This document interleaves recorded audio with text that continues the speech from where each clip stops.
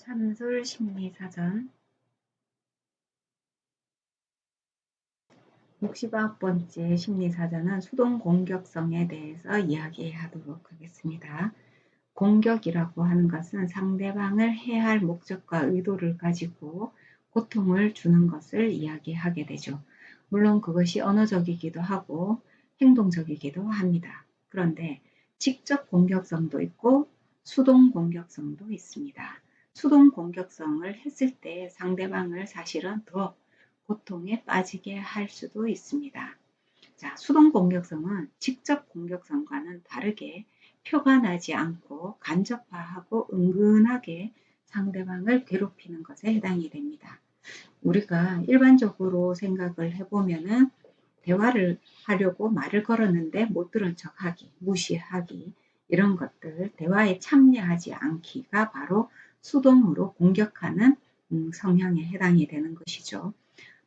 또한 직장에서 적절하게 자기 역할을 수행해야지만이 다른 사람이 또 일을 수행하는데 영향을 끼치지 않는데 그 일을 태만한다든지 정해진 시간 안에 이루어내지 못한다든지 이런 것들도 다음 사람 또는 주변 사람들한테 수동적으로 공격을 하는 행위에 해당이 됩니다. 약속을 정했는데요.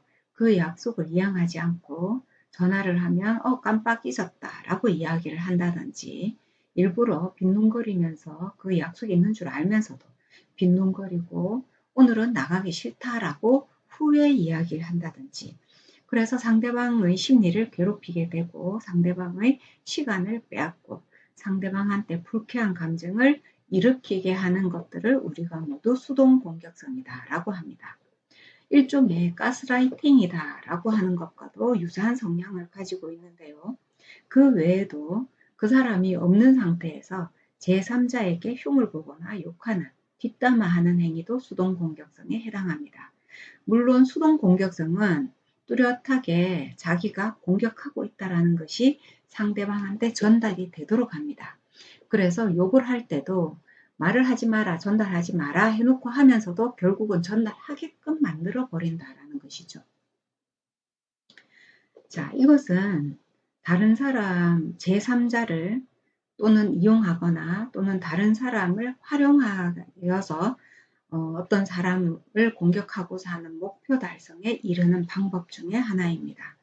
그래서 실제로 공격하고자 하는 그 대상뿐만 아니라 제3자까지도 관여를 하게 하거나 또는 제3자를 내 편으로 만들어서 왕따를 시키거나 따돌리거나 자, 이러한 것까지 모두 포함해서 수동 공격적이죠.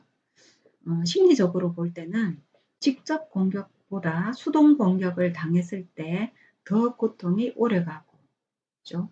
그 심리적인 충격이 강하다 이렇게 이야기를 하게 됩니다. 수동 공격성을 사용하는 사람은 굉장히 즐기는 면이 있습니다. 직접 공격성을 하는 사람은 사과도 때로는 잘 하지만 수동 공격성을 가진 사람은 교묘하게 자기는 피해가고 자신의 공격성을 감추고 심지어는 그것을 이용하기도 합니다. 자신의 공격성 자체도 자기한테 유리하도록 이용하는 그러한 방법을 쓰기도 하죠. 그렇게까지 된다면 우리가 병리적인 성격장애로 진단을 할 가능성이 매우 높습니다. 자, 이 수동 공격성을 당했을 때 그럼 나는 어떻게 피해가야 하는가?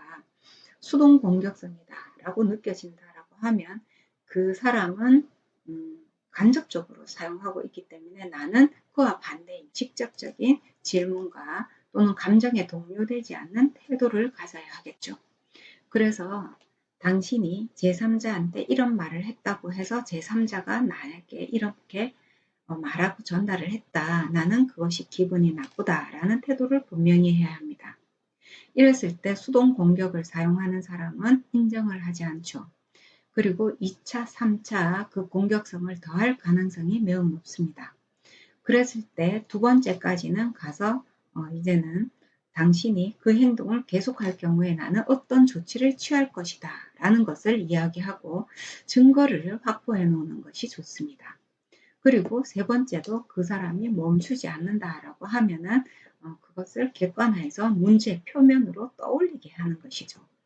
자, 이것이 수동 공격을 잘 쓰는 사람을 제지하고 더 이상 공격하지 못하게 하는 방법 중에 하나입니다. 자칫 잘못하다가는 수동 공격하는 사람한테 계속 끌려다니게 되고, 왜냐하면 그 사람은 계속 발뺌할 테니까요. 끌려가게 되고, 심지어는 끌려가는 나를 즐기기도 할 것입니다. 그 사람의 수동 공격성은 그럴수록 점점 더 강화되고 거대한 힘을 가지게 되고, 심지어는 나의 정신세계를 다 빼앗아 갈 수도 있습니다. 그렇기 때문에 아주 작은 것에서 시작한 수동 공격성이 결과적으로는 나의 인격을 잡아먹을 수도 있죠. 내가 누군가에게 잡아먹힐 만한 존재가 아니다라고 생각이 된다면 상대방의 수동 공격성을 기분 나쁨에서 그 다음 두 번째 들어올 때는 제재하고 나를 보호하는 방식으로 나아가야 됩니다. 그랬을 때 공격에서부터 나를 보호하게 되고, 그 사람도 나를 더 이상 공격하지 못하게끔 조절을 하게 되는 것입니다. 자, 오늘은 패시브 어그레션에 대해서 이야기했습니다.